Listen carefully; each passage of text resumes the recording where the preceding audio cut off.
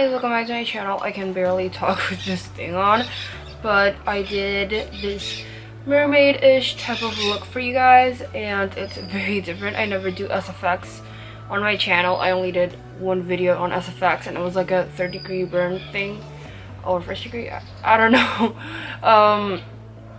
I did that burn thing once, but I've never done any SFX looks or body painting type of things on my channel, so I did kind of a combination of both SFX and body painting inside with the scales and all that. So I did glam as well, but then SFX and gory. So I hope you guys enjoyed this video, and let's get to it. Okay, so we are going to start by cleaning the areas that we're gonna be applying the SFX-ish openings of the mermaid scales. So I just cleaned a spot in my forehead and in my lower part of my cheek with some alcohol. Doesn't really matter the percentage, you can use whatever percentage you want. So I'm using this Wet n Wild Coloricon black eyeliner to trace out kind of where I want the openings to be. I ended up doing a different one in the forehead area, like I removed it and did it again. Then I did some little small spots all around. So I'm gonna be using some Elmer's school glue. I use school glue because it's non-toxic, it's cheaper, and it's easier to find for me than latex, and it works pretty much the same. Latex, I've never tried it, but it's easier for me to get the glue than the latex because I have nowhere to get latex but the internet. But I know some people get allergic reactions to some types of latex, so I'm not really into getting it online and then wasting my money, if you get what I mean. So I just grabbed some cotton balls and I stretched them all out and placed them where the black lines are, and adding more glue on top to flatten them out so I can shape them to the way I want. So the way I do the technique is that I applied glue to the inner part of the rim and then I spread it outward. So it can have like a, I don't want to say like a gradient feel to it, but you know, you can get like the thicker part in the center and the thinner part outwards. As you can see in that corner that I didn't film very well, but you kind of get the idea. So I just apply more glue and to shape everything, spread it out, smooth everything out. In the inner part, I just got my brush in there so it can be like a opening flap, if you get what I mean. And I use the other side of my brush as well to flatten out the edges so it can be very nice and smooth. So I just applied more cotton to the areas I felt like they needed a bit more thickening, like that little area there that I just applied. It was like too thin, so I added more cotton on top, and I just kept doing the same technique over and over again, as much layers I felt like I needed. So if you recreate this look, remember that you're not gonna have it instantly at the first layer. Sometimes you're gonna have to keep layering and layering until you get the desired look that you want. Depending on the look that you're doing, if you want like a more pronounced look, you're gonna need more cotton, so it needs to be more layered.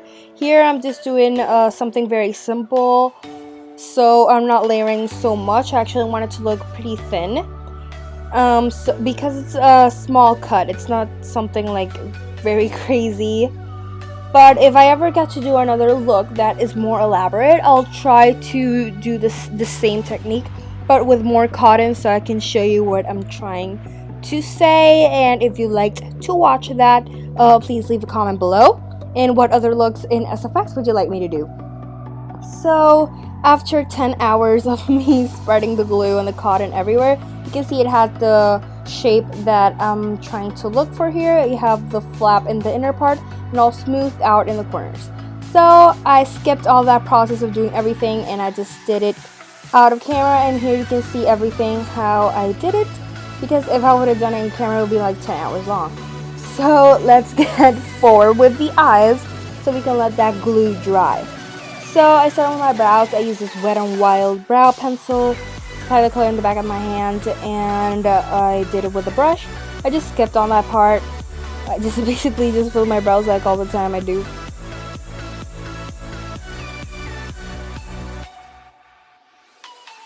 Okay, so now to clean up the brows and prime up my lids, instead of using MAC Soft Ochre like always, wanted to use something a bit lighter, so I used this Master Concealer from Maybelline, and I applied it all over my lid with a brush, and I blended it out with my finger so you won't see any brush strokes. And I also did that in the lower lash line, and I ended up doing my whole entire under eye area before foundation, so I wouldn't have to add concealer on top. And I also cleaned the outer corner of my brow, if you saw previously. Okay, so to set that concealer in my top of my lids, I'm using this really light shadow from the Modern Renaissance palette from ABH. As you can see, this palette has been like my favorite ever because I've used it like in almost every video. And now I'm using this shade as a transition color on my lid. Well, it's mostly the main shade because I didn't do a very dark eye. I kept it really light and simple. Then I used Real Guard, which is that orangey shade in the outer corner, just to have a bit more of a vibrant color in there. So as you can see, it's my favorite palette, as I was saying. And I've basically hit the pans with some of the shadows, and it's been so sad for me. Okay, so I just wet my brush there with some water because then I don't have any fix plus. And well, I just did that, and I just kind of cut the crease a little bit in the inside part, like I always do. I feel like when I mastered doing cut creases, now I can't do a look without doing a cut crease. So here I'm using this Sasha eyeshadow duo thingy, which is in blue, and I just aligned, kind of did like a wing in the outer corner and blended out and buffed it out all over my lower lash line. Now I'm using my NYC liquid liner like always, and I just did a small wing just to define the eyes a bit, and when I use lashes you won't notice the lash band so much. Okay, so now I'm using some of that light shadow again to highlight the brow bone and clean up any messiness that I feel like I have. Using some more blue. This is from the BH Cosmetics Galaxy Cheek eyeshadow palette, which I used on my previous video, and just highlighting again that inner eye corner. Now I'm gonna set all of the SFX-ish things that we're doing here with powder. I just used my usual powder, the Airspun powder, and I just set that with lots of powder. I'm using my Fit Me foundation, and here you have to go crazy with foundation. Like, use triple the amount of foundation you would usually do, because you need to cover up all of that white, and if you have any black lines that are showing from when you lined the area, you have to, cover that up. So now you're gonna look like a sugar donut when you set your whole entire face, but that's how you can set everything nice in place. So now I'm just doing the scales here. I'm using the Wet n Wild liner again, and I really like this liner to map out everything. Like everything that I mapped out, I love to do it with that liner. So I just did some scales, and you don't have to worry about the shape that you have for your scales. Like, you can fix it later. So here what I used was some white Ben Nye Clown White face paint, which I mixed with a little bit of a blue shadow. And I just started filling up those little areas. So when I did that, so I can define my scales again, I just used some of that Wet n Wild liner again, so I can have that nice shape of the scales. I didn't do perfect scales. I mean, usually fishes don't have perfect scales, so I just did them kind of messy. Then I grabbed that blue shadow that we used in the lower lash line again, and I did add some alcohol in it so it had that bright color. I used my Wet n Wild liner again, and I did the shadow in the inside part of it, and I blended out with a brush. So I don't have any black face paint, so I just used my NYC liquid liner, and I used another brush to do shadowing and shape the scales so they can look more pronounced.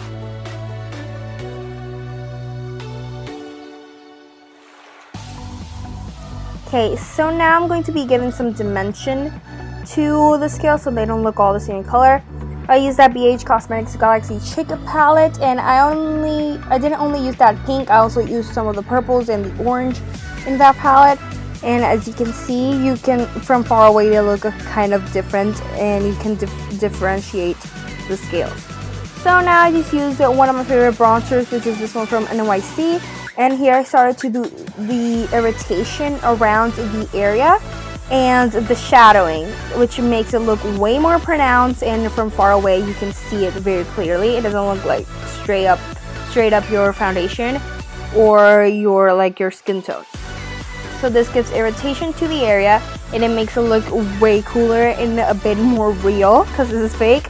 So I'm just using this lipstick. I listed down below because I don't remember the name of it, but I just used that lipstick as a blush because I want it really bright pink, and I used that in my cheeks and also in the other corner of my forehead so I can have a little bit of color up there, but I blended it so it won't look so harsh. Then I use my Anastasia palette, highlighter palette from Nicole Guerriero, and I just use Forever Lit, which is my favorite shade, as most of you guys know already. And I just buff that everywhere, even on top of the scales, so they can have a nice sheen to them. And I use Real Gar again from the Anastasia palette, just to shade all up the area and also give more irritation to the area. And it makes it look way more real. As I said, just like doing an